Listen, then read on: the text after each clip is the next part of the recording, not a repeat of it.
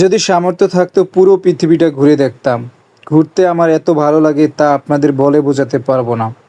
মন চায় শুধু নতুন নতুন জায়গায় ঘুরি, কিন্তু আমার তো সামর্থ্য নাই। আসসালামু আলাইকুম বন্ধুরা, কেমন আছেন সবাই? চলে আসলাম আপনাদের মাঝে নতুন একটি ভিডিও নিয়ে। আশা করি পুরো ভিডিওটি দেখবেন। ঈদের ছুটিতে বাড়ি যাওয়া হয়নি, তাই ভাবলাম এই সুযোগটা একটু কাজে লাগাই, ফিরে আসি। ঈদের ছুটিতে লম্বা ছুটি থাকে, অন্যান্য টাইমে অতটা ছুটি থাকে না। আপনার ভাবিও অনেকবার বলছে যে বাইরে ফিরে আসি, এখন ঘুরে আসা যাক। চলে আসলাম আপনাদের ভাবিকে নিয়ে তাই গাজীপুর সাফারিতে। যদিও এটা নিয়ে এখানে দ্বিতীয়বার আসা। আগেরবার এখানে আসছিলাম বাঘ, হরিণ আর অন্যান্য যে পশুগুলা ছিল ওগুলা দেখছিলাম।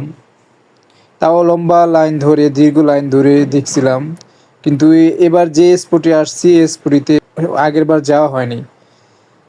মূলত এই স্পটটি দেখতে আবারও চলে আসলাম। আপনার ভাইও আসতে চাইলো তাই আর কি।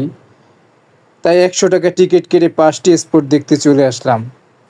তবে ৫টি স্পটের মধ্যে সবচেয়ে ভালো লাগছে এই স্পটটি। আমরা এখন সেই জায়গায় প্রবেশ করতে যাচ্ছি। একটি মজার ঘটনা হলো কি জানেন? যে ৫টি স্পট দেখতে টিকিট কাটছি তার মধ্যে ৩টি কাছে আর এই শেষের ২টি খুঁজতে খুঁজতে বের করেছি। এত বড় জায়গা জুড়ে এই পার্কটি বুঝে নেবার।